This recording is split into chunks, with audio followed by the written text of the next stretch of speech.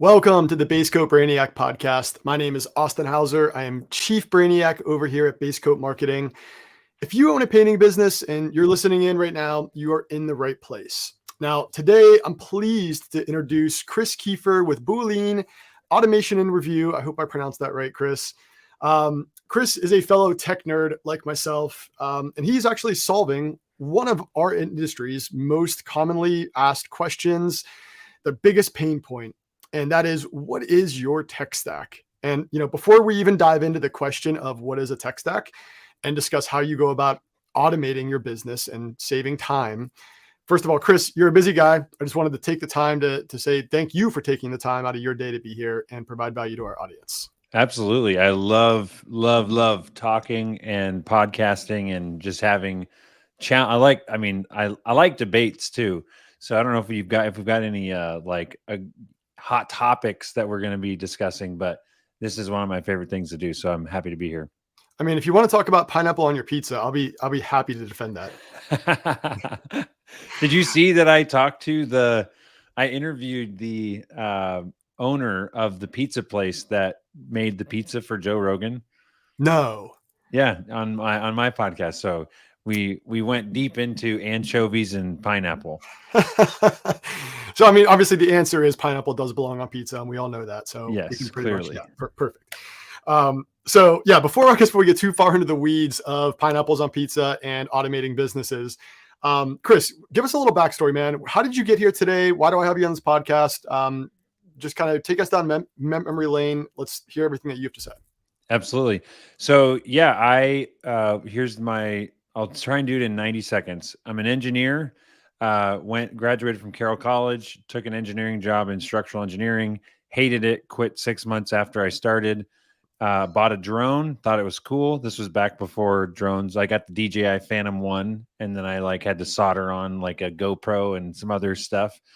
Grew that into a marketing company that did specializing really heavily in video production, but for small business.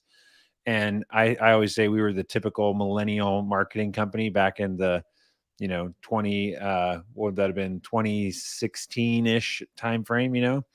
And we were not making any money, but having a blast. And it was awesome until we wanted to start having kids, my wife and I. So I was a stay-at-home dad for 9 months while my wife finished up a government contract that she was required to finish when we had our first, and realized I need to get a real job. And so I had to leave entrepreneurship temporarily, took a job at a painting company on the West Coast that was scaling rapidly. And I was their first in-house marketing hire as their marketing manager. And I was there for about 3 years. And then in the process there, I had developed one of the things that came out of that was this review software that I had made previously in my marketing company for dentists, interestingly enough, plugged it into Webfoot was the company's name. And in 2 years, from the beginning of me working there to 2 years in, they went from 67 Google reviews to 750. And they were the highest rated painting company in the country at that point.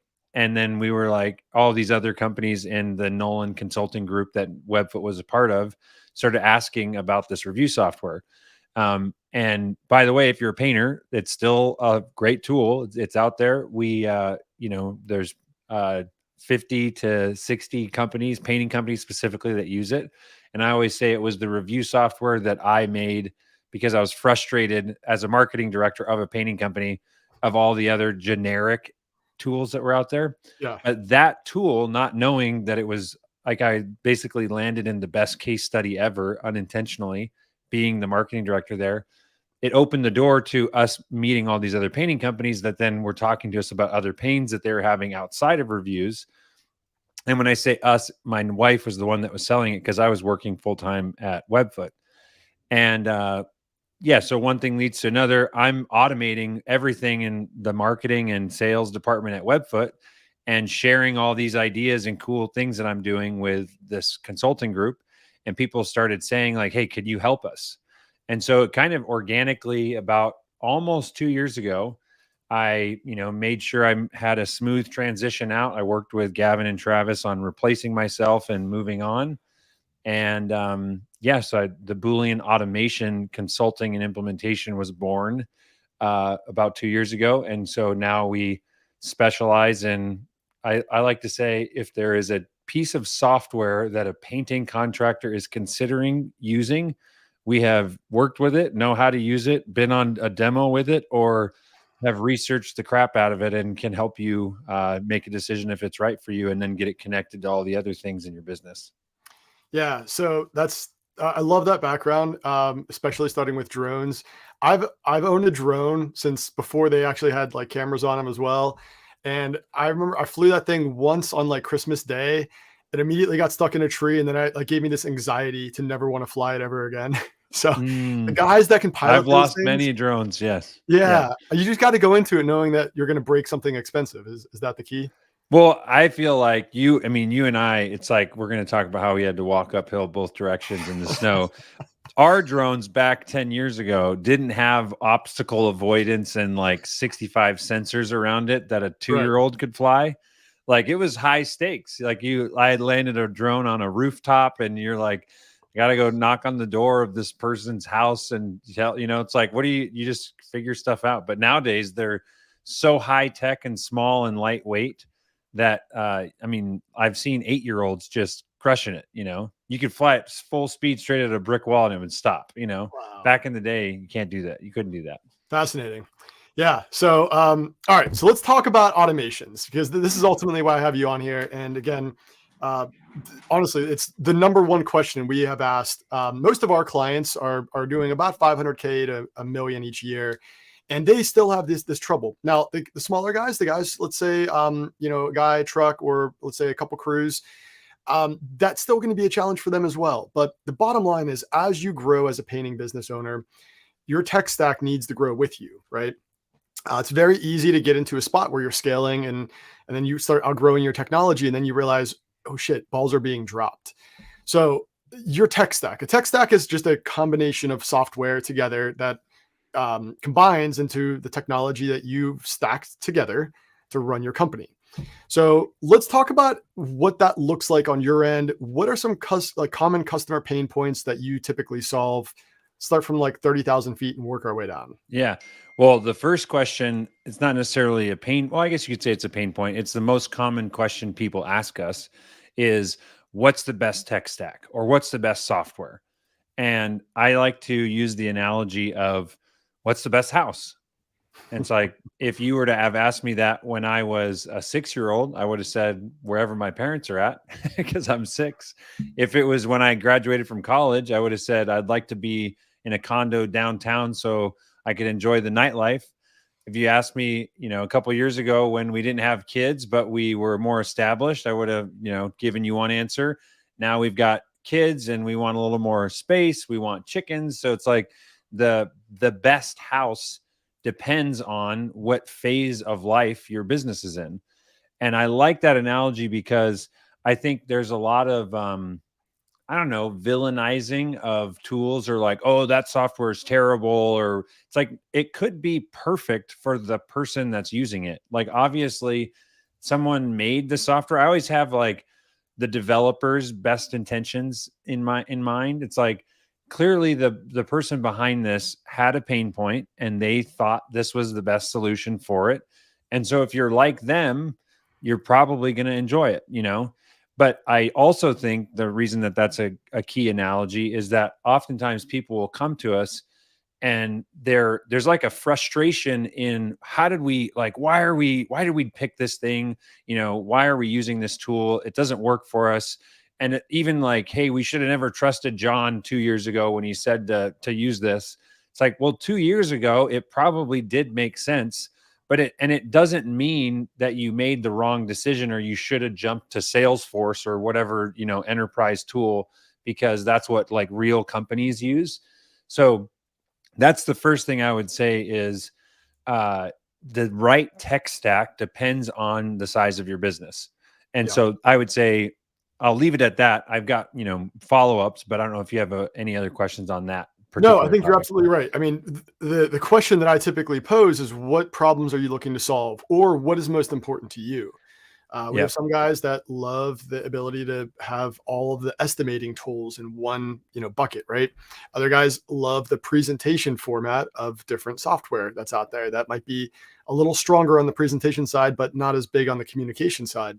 So they all solve different problems. And to your point, your technology needs to meet you where you're at today, and then ultimately scale with you in the future. But that can be a very painful process as well, right? I mean, I know we've changed project management systems internally over here, and that is like pulling teeth for months on end. So, in your mind, what does that look like when you have somebody come on and they're like, "How can you help me? Here's where I'm at today. Here's the problems I need to solve." What is the Yep. next step at that point? Yeah. So I mean, the first thing is we do an audit of everything. And that includes like, where's the business at now?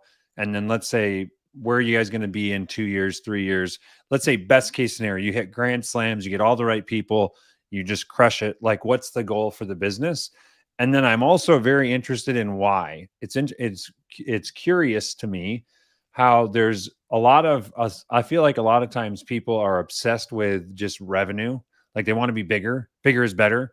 And I've met some very lean and mean $2 million companies that are making way more money with super lean overhead, subbing out the work, than $10 million painting companies, And it's Absolutely. like they know that the take home is what matters, not gross revenue, and they focus on doing their craft really well. So I always like to know, oh, you want to get to 3 or 5 or 7 or 15 or whatever it is.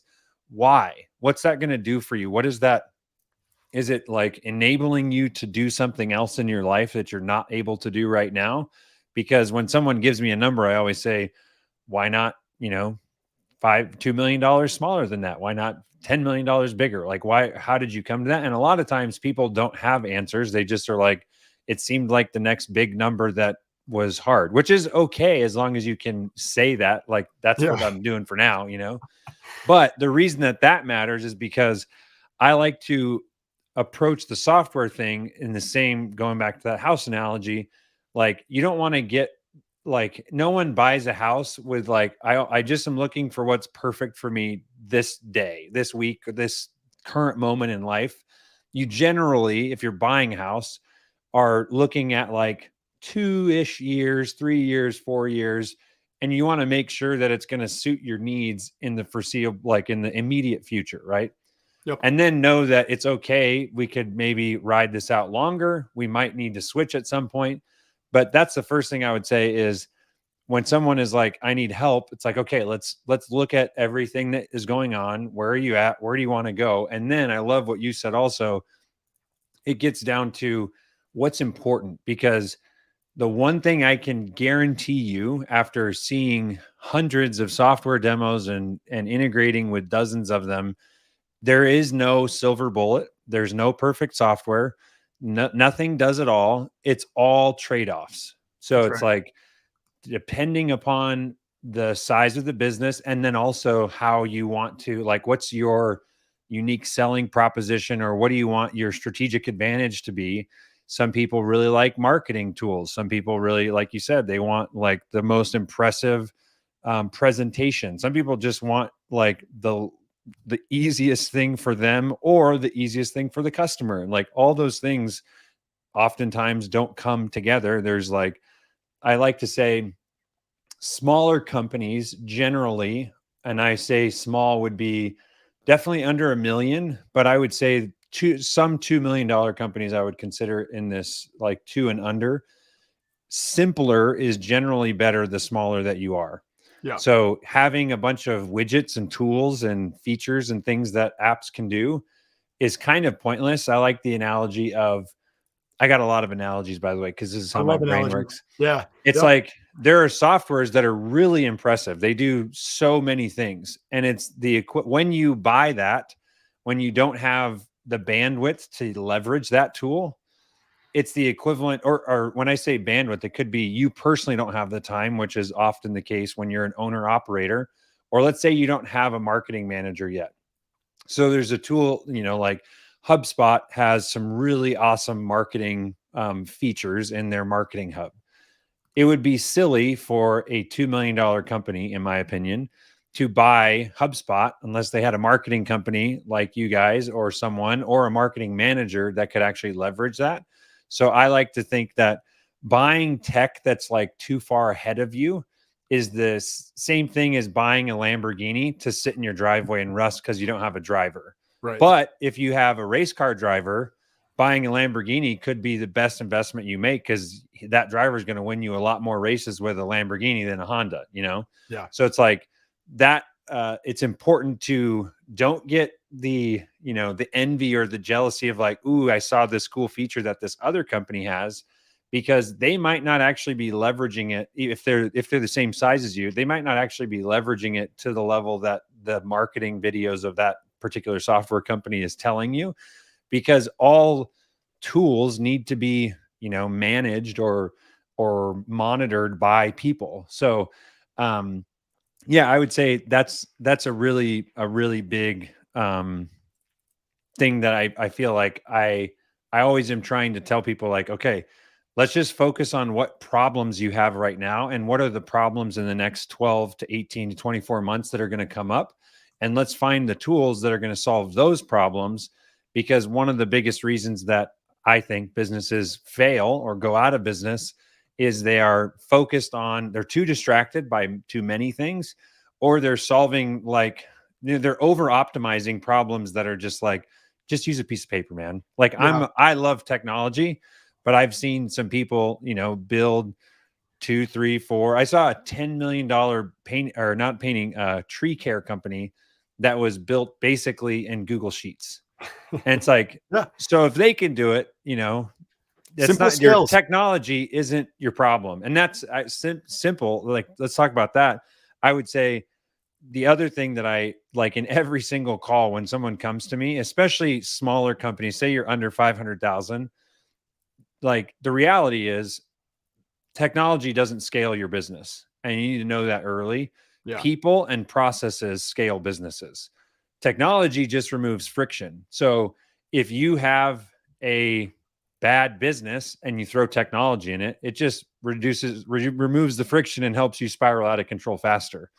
But if you've got great processes and great people and good managers and your leaders and you're developing people, technology can be like rocket fuel that just helps you, you know, launch and grow way faster. So you can kind of tell in discovery calls when people come and they're looking for, you know, they're like, oh, I need new technologies. Like, well, what problems do you have? And they're like, well, I'm having, you know, hard time getting leads, or I don't have I'm doing all the sales. I'm trying to hire a sales rep. It's like, okay, hire a sales rep and figure out if you can get to 1 million.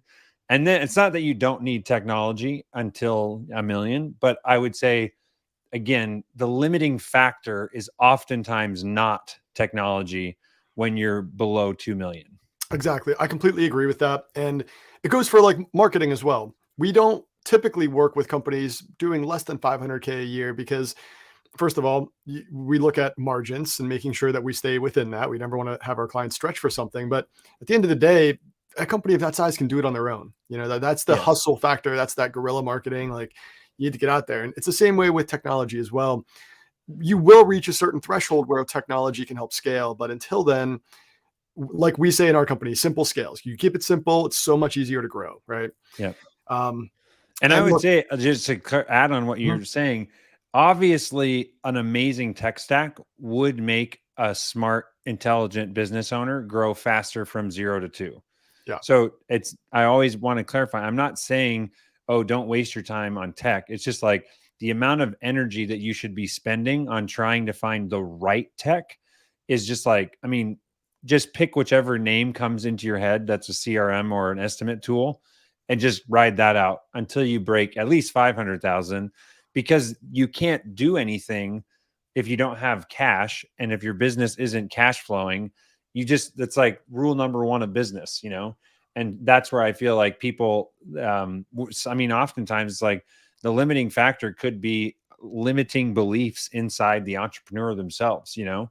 like, do you even believe that you can manage people? Do people even respect you? Like, what are your daily habits? Like, I can go down a rabbit hole on that. It's like, you can tell when you're talking to someone, like, this person's like sharp, or the other people that you talk to, that's like, I mean, I don't even know if I would bet $1 that this guy's going to be around in 6 months, Right. Yeah, no, look, I'm the same way, man. I could spend all day talking about just my morning routine, let alone what I do on a daily or weekly basis, but that's for another time. So yeah, I mean, look, the bottom line is I love the fact that you use analogies, because I do the same thing. And I think it's just because in the world of technology, you need to be good at dumbing things down, right? There's people who are technically challenged, or maybe aren't in front of the computer as often as we are reading blogs. And it's helpful to have those analogies to really simplify things. And ironically, I also use a car analogy, and typically involves a fire at some point. But anyways, yeah. So I guess let's talk about technology and kind of what you see most often. I like to break the painting industry down into a few categories in terms of company size, right? I kind of see 500K as being the benchmark of a company that's going to start scaling.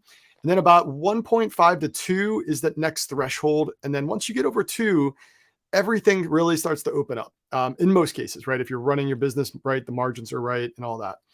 In your mind, does that fit kind of what you see on your side? And if so, what technology do you see each of those levels using, leveraging, that kind of stuff?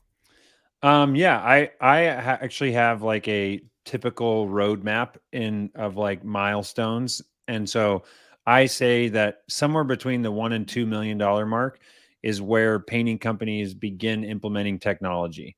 And that, what I mean by that is, at least I'm sure there might be one that exists, but I have not come across a business that is above $1 million that doesn't at least use Google Sheets to Yeah. manage something. So I would count that as like rudimentary technology. But you can run a business with literally no technology if you're under 500,000, right? Just get some paper invoices. I don't know why anyone would, but I'm just saying technically you could do that, and it's not crazy to do that. And oftentimes, like, a smart business person that's saving their expenses and pouring those expenses into marketing, like, that is a great way to get revenue in the door faster. So 1 to 2 is where companies begin implementing tech.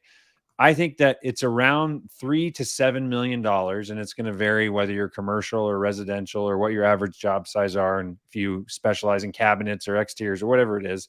But somewhere in the 3 to 7 million is where I genuinely think, if you don't begin automating processes, uh, you're like, it's become so painful that it's being talked about every weekly meeting.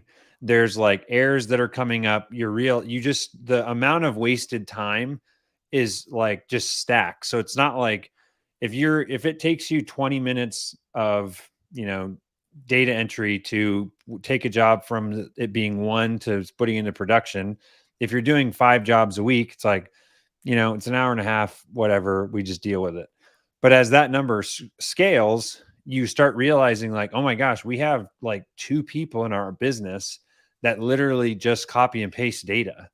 Like, and it becomes so obvious that there's a problem that I haven't seen companies go beyond 7 that are like, not, they don't have, they have implemented some sort of technology.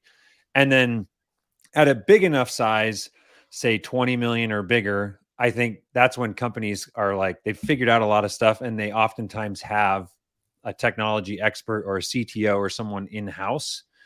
And so it's that gap between 3 to 20 where it's cost prohibitive, I should say, to go hire a full-time person that knows technology and can set up the tech the right way. So I look at that bridge from 3 to 20 is where there's a need for like a consultant or a marketing and automation specialist or someone to come into a business and help streamline processes to help them get to a place where they might have somebody in-house that owns that, if that makes sense. It does. And you brought up a really good point. You said data. And I think a lot of people recognize the fact that you can automate a lot, but companies need data to make decisions. And when you start automating things, magic happens. And that is you can start to compile your data in actionable ways. What does that look like on your end? Yeah. So I would say if you don't have, well, let's say when you have managers in your business that are like the thinkers, right? They're not out in the field working, but you need people that are looking at reports and dashboards and whatnot.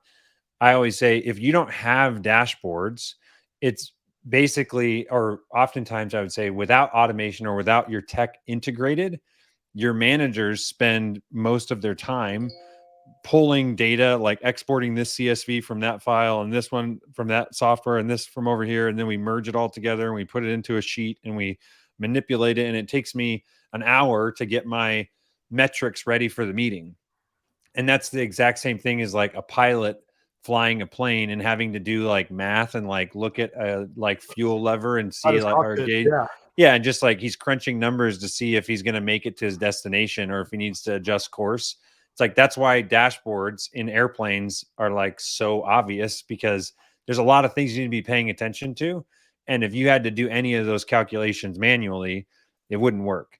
And so when you say, what does it look like? I would say, um, from integrating, when you get into actually mapping or like connecting apps together, I always say you need to have a source of truth that has everything. So sometimes that can be the CRM, but usually not. I would say there are a few CRMs that have the customizability, if that's a word, I'll the go with it. customization options to actually like facilitate, 150 properties of like data points for a project. And on our business, I think it's somewhere between 125 and 175 properties that are needed for a project. Like and what I mean by that is like, if you take all of the apps that you use and all of the data points, and this is things down to like, the date the deal was created versus the estimate date versus the one date versus the start date of production versus the complete date. Like there's, 8 date fields or something. And then you've got project types and subtypes and who is the crew leader and what's the customer's name and was there a remaining balance and invoices and work orders. There's like so many things. Then you break all those down into more, but there's literally over 100 properties that are needed for every project. And those oftentimes there's 20 properties in this system, there's 30 properties in this system, and then there's 50 properties in our finance or accounting or whatever.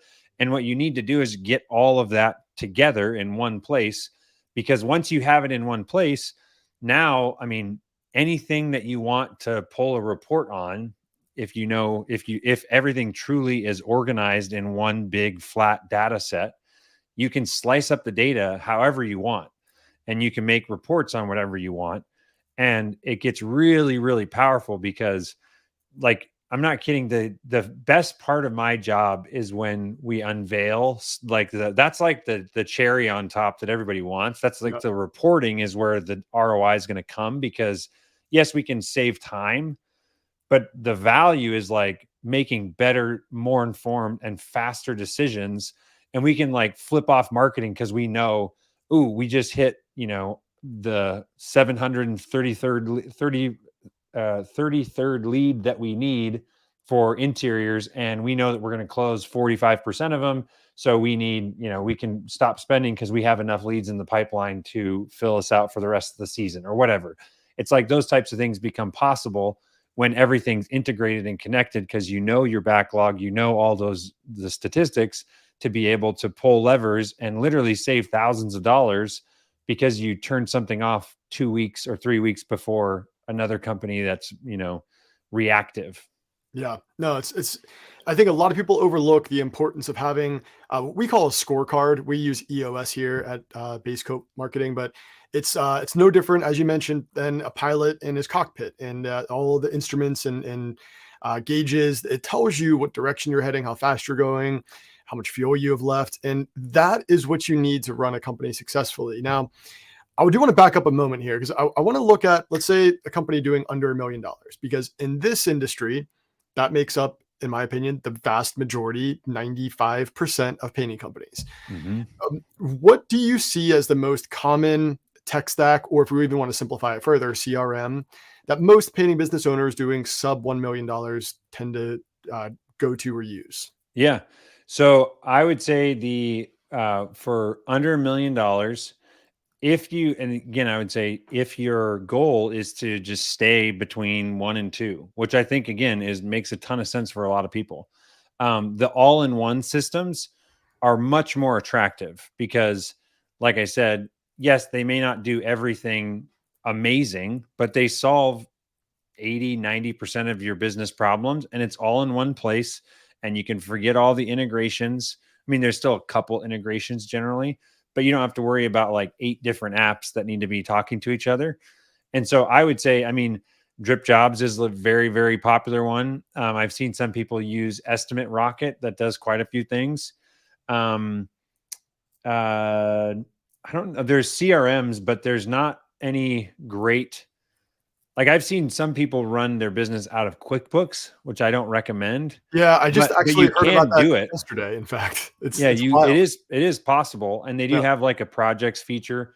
I just think Intuit it's a very difficult ecosystem to integrate with, and they don't have a lot of um, functionality when it comes to integrations. But the main thing is, I would say, for a painting business, probably the most important thing that you need is estimating, or like an easy way to estimate, in my opinion. And so I also know quite a few people that will estimate in something like Paint Scout, and then they just manage their projects in Google Sheets. And Yeah. that's like perfectly sound. The one thing I would say for those of you that are Google Sheets users, um, a more robust and very inexpensive option is Airtable, because it has, it's like $20 a month per user, and you can run your business on one paid user and then have everyone else be view only. But I love like a super, super lean tech stack, in my opinion, would be Paint Scout for estimating and Airtable for your CRM and project management. And that works. And it's very basic. And I also should say Monday is a very common one. Yep. As you grow, I think depending on the size that you're planning on getting, I think Airtable edges out Monday for companies bigger than 4, just because Monday struggles when it comes to access and permissions and stuff. So you can't like share slices of data to your field without giving them access to the underlying database. Whereas in Airtable, you can literally pick and choose whatever properties you want and give your crews like direct access to those properties that they update in your source of truth, but they don't get to see, margins or any other private information that you want to hide. It's So, brilliant. Yeah, I think you've nailed them all. I think Jobber is another one that we see companies yeah. use at that level. But yeah, the Paint Scout Monday combo, we have a lot of guys who tend to gravitate towards that. Airtable is not one that I've heard of come up too much. And I But I'll think definitely honestly, put them in my pocket. it's because it's more, when you look at it, Monday has done a much, much better job of giving templates that like they just make it. I think it's laid out in a more logical way out of the box. When you use Airtable, the interfaces, which is essential, like critical to use, none of the interfaces are made for you. So it's like you look at it, it's like it looks like Google Sheets. Why would I use this? But that's like big mistake to simplify it to that. Like there's so much more potential. You can literally make like or client portals and full on web applications from Airtable. But you can also just keep it super simple and basically use it as an enhanced version of Google Sheets. So that's why I'm a big fan of it. But like I said, we also love Monday, and we've got some clients that use Monday. And I would, depending on the size, the added features and bells and whistles of Airtable, I don't think makes sense if you're not planning on growing bigger than 2 or 3 million. Yeah. Okay. So let's touch on a few points here, because I'm with you in terms of any client that comes to us that has invested in marketing in the past and they hired some agency that created like a bloated website that we have to then undo a bunch of spammy type work to fix it all. I presume it's the same on the automation side, where you would rather have a client come to you with a streamlined, very simple tech stack versus some bloated system that you have to piece apart and try to put it all back together.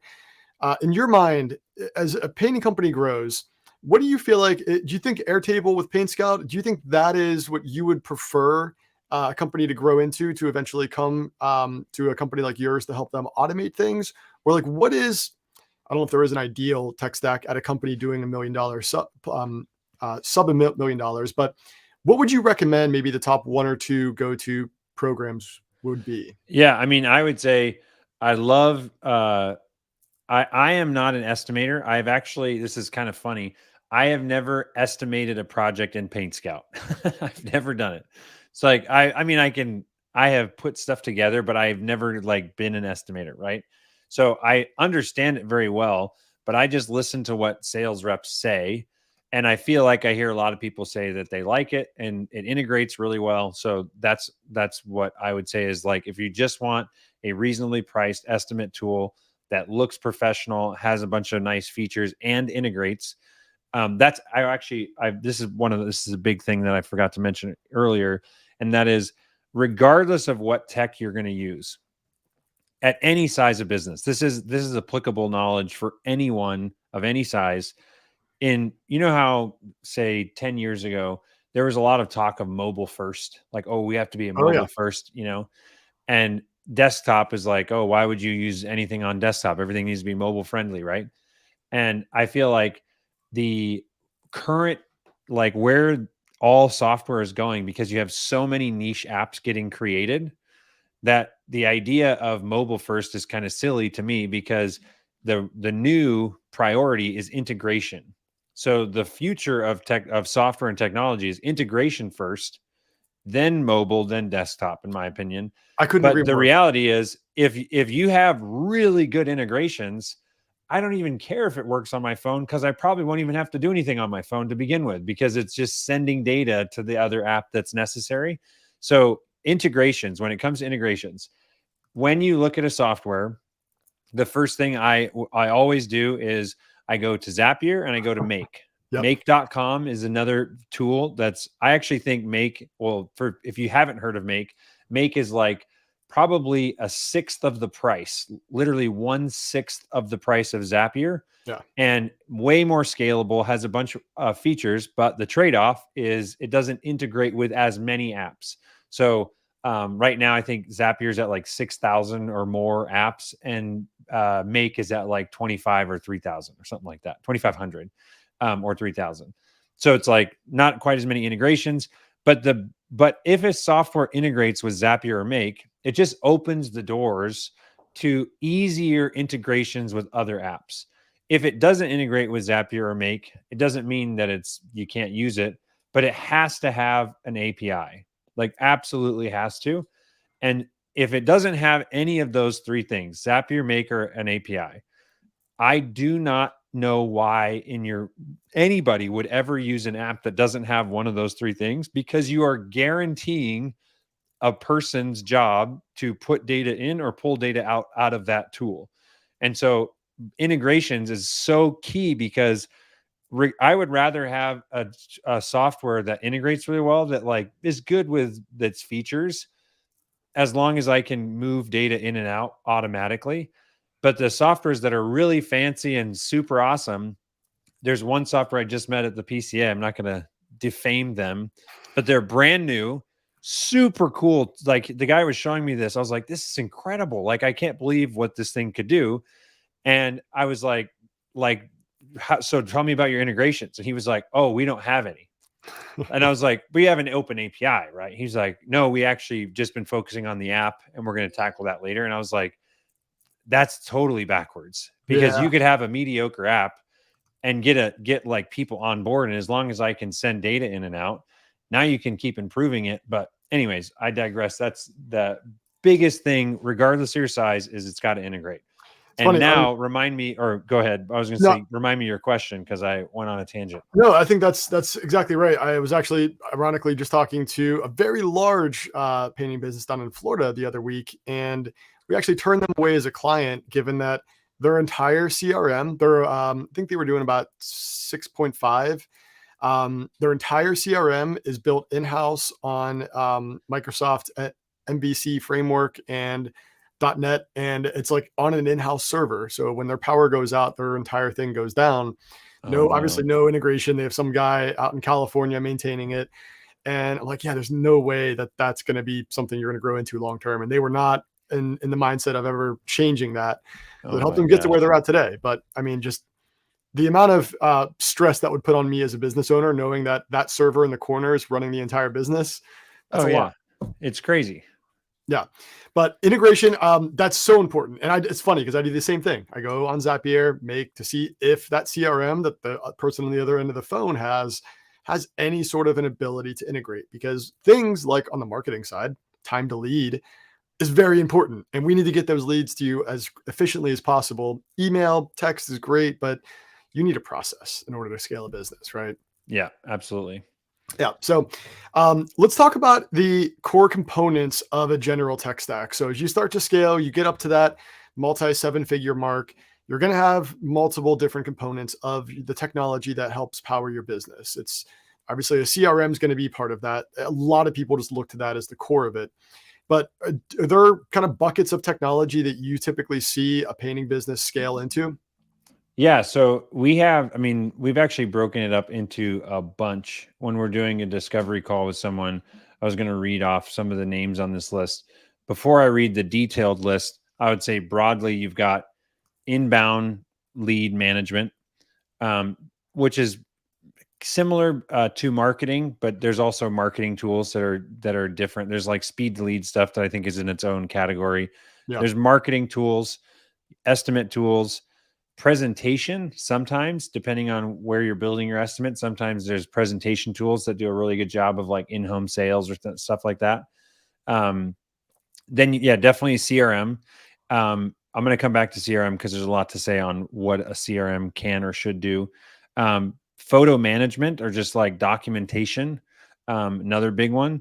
Production and just project management of your sold work is a big bucket. And then finance, accounting is probably that's at the end of the project. And then the very last one would be like some sort of reputation management or review capture, surveys, NPS, things like that to just get feedback back to the system.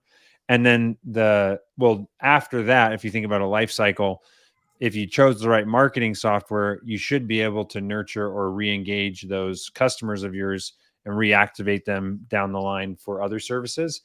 But those would be like the primary buckets. But there's lots of very specific, like you could get into in any one of those buckets, like specifically invoicing or accounts payable, all the different ways, like payments is its own thing sometimes, training, like learning management systems, leadership or management, like HR tools for one-on-ones and, tracking performance and things like that. Obviously payroll, which can just be under that finance bucket, but there's a bunch of different things. But I think those first ones that I mentioned, there's like 6 or 7 core functions, in my opinion, that most businesses need to be like have a plan for. And again, as a smaller company, the all-in-one, let's say it does 4 of those or 5 of those, that's great. And then you only have to worry about, an accounting tool or something. But as you grow, you just start realizing any tiny tweak that you want to make, if you're in an all-in-one, it's not possible.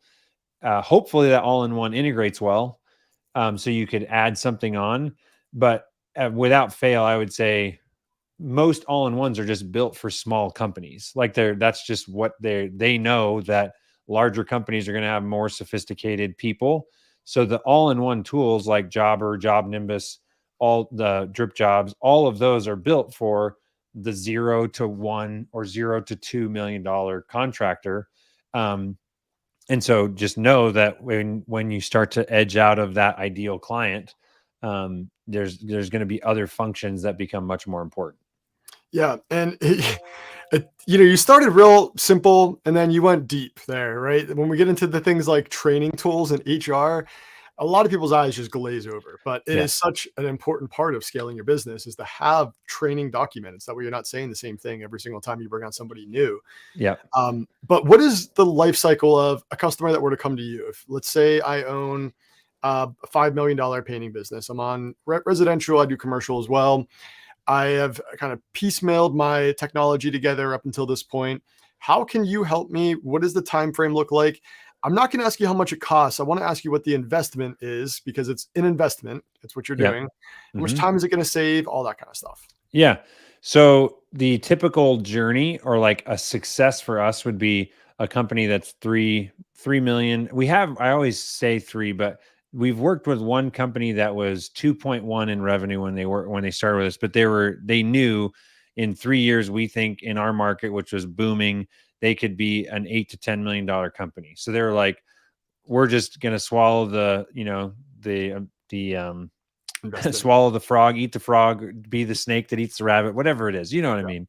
They're just going to take the hit and just make it easier to scale to that number quickly.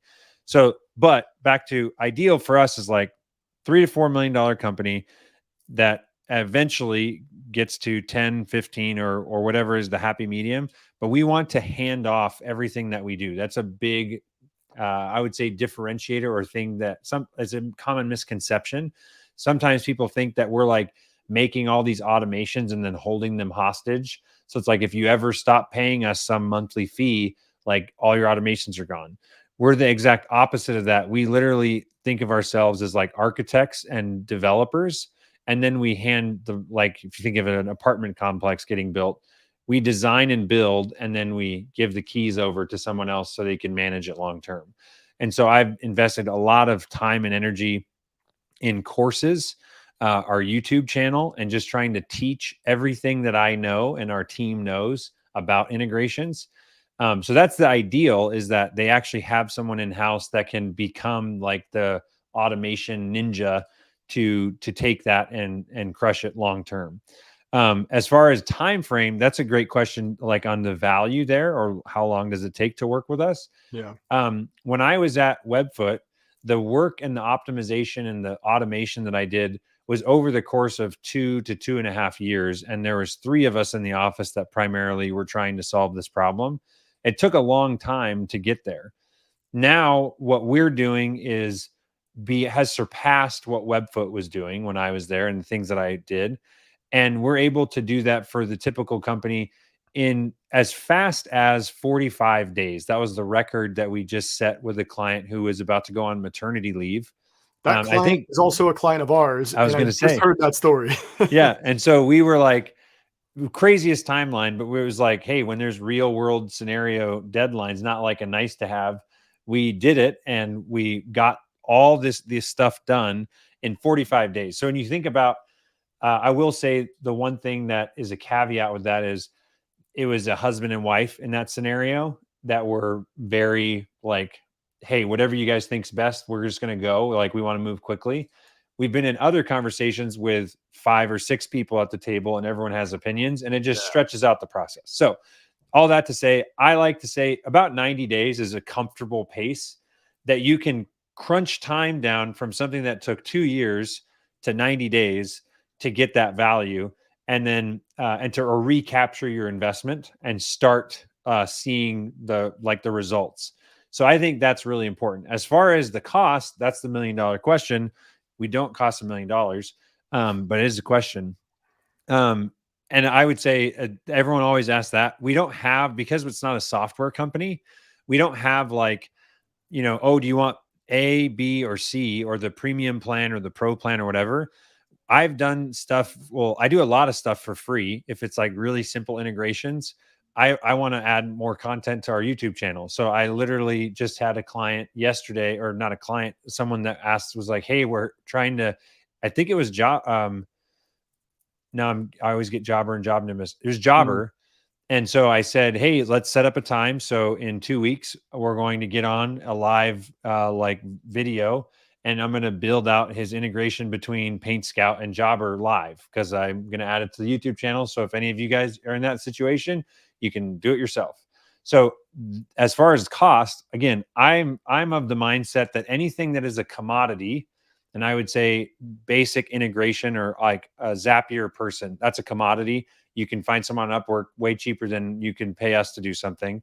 And because of that, I want to leverage technology to make it the lowest cost, or free, in my case, possible option, because I don't want to play in a commodity game. The valuable piece that we provide is the strategy on how to take, first of all, select which tools are going to get us to the next milestone in business, and then get all of them talking seamlessly to minimize data entry and maximize reporting and speed and all that stuff. So we have done stuff for free.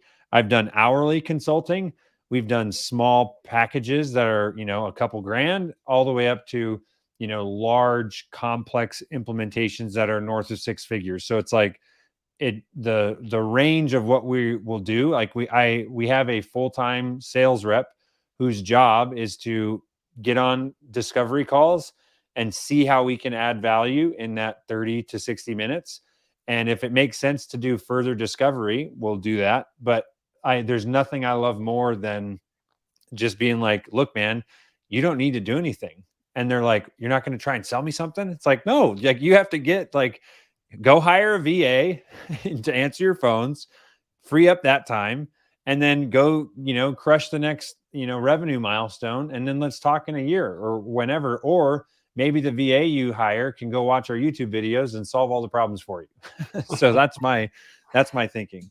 I love it. Yeah. Always lead with value. Value, knowledge is free. Implementation is where you get charged, right? Yeah. And yeah, I think you've nailed it. I mean, we turn away about 2/3 of business on discovery calls just because we're not going to take your money unless we can put more money back in your pocket. And that, unfortunately, in the marketing side is getting ever more costly. But yeah, so I think you've nailed it, man. Automations. Now, I guess a question that comes to mind, though, do you see automations as something that is going to replace somebody's job in the form of like artificial intelligence, or is it more optimizing somebody's job? Yeah, I do think automation or AI is going to replace a lot of jobs. I was just talking to someone the other day.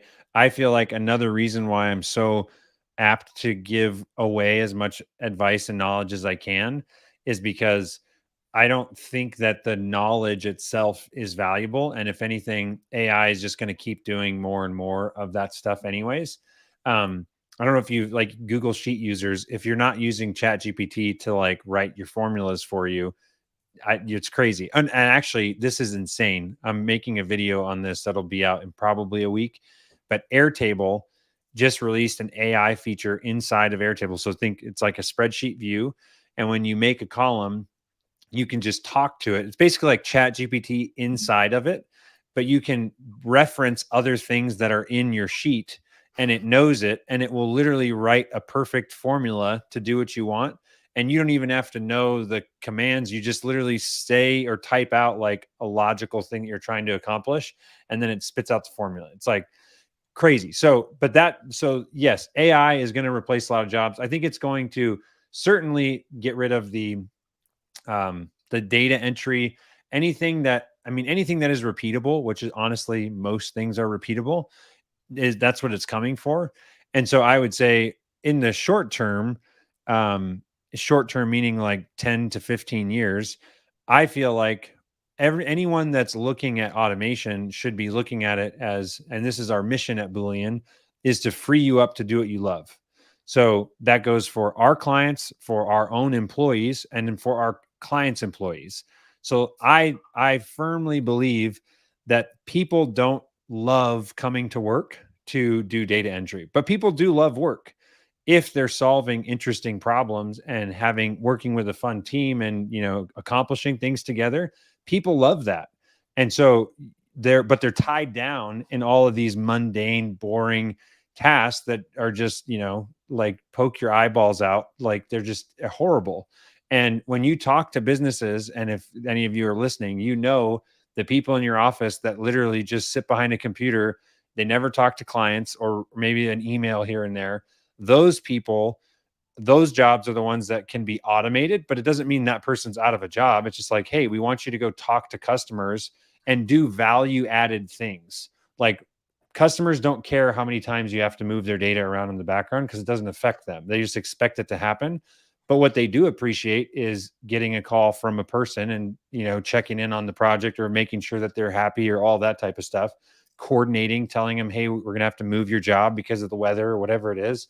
That's where you should be deploying your people, and then have technology do as much of the other stuff as possible. Yeah. Yeah, I agree. It's amazing how far AI has come along just since last year. And it's incredible just to even think that like our children probably aren't going to watch movies that are filmed with actors and actresses. They're going to just simply ask for a movie to be spun up on scene, right? And That's powerful. I'm like, ooh, that's true. I haven't thought about that, but I completely agree with that. it's crazy, right? Like, hey, I want to watch a new sci-fi movie based on this and this and this, and it'll just spit it out. Like Yeah. that's the future of the film industry right there. Yeah. But yeah, it's crazy. And I think we really need to be focusing on technology. I'm a firm believer that this industry is about 10 to 20 years behind some more professionalized home service industries like plumbing and HVAC companies that really have a lot of that automation stuff dialed in. And I see a big opportunity here. There's still people doing in-person estimates. Virtual estimating, that is the next cornerstone of this industry. I honestly think you can digitize and run a painting business completely virtually, with the exception of actually putting the paint on the wall. Mhm. And there's already people out there proving that today. I think within the next year or two, the majority of this industry is going to be going that way. And it's companies like you that are going to be able to help them get there. Yeah. So, Chris, let's talk about if I were interested in getting a hold of you guys, how would I go about doing that? What does that process look like? Yeah. So our website is helloboolean.com. And Boolean is Boolean. So helloboolean.com. And then I also have my personal website, which has my podcast, the YouTube channel, some other things of just giving away content. And that's just chriskiefer.com. I'm sure you can put both of those in the show notes for people. But yeah, if you want, we're happy to chat with anybody, regardless of your size, and see if there's something we can help with. And I always, always, always say, what content do you want me to make a tutorial on next? Like if you've got a topic or an idea or question, send it over, and I'll add it to my queue of videos. I try and do at least 3 videos a week on our YouTube channel. And sometimes I squeeze in more than that, but yeah, I love like capturing things. And that's the beauty of YouTube and the internet, is just like, if I have to help one person, I could potentially help thousands by just recording it. I might only help 20 or 5, but why not put it out there? And if it's a popular topic, there's going to be a lot of people that I can scale my time. I just think it's so cool. So I love doing that. Love it. And for those of you who don't know, Boolean is a programming term that means true and false. And I think that that needs to be clearly defined at some point. But guys, I can personally vouch for what Chris and his team do. We have at least 1 or 2 clients that I know of that have gone through their program and have literally taken an entire person out of their company or repositioned that person due to the fact that it has saved them so much time. And your time is your most valuable asset.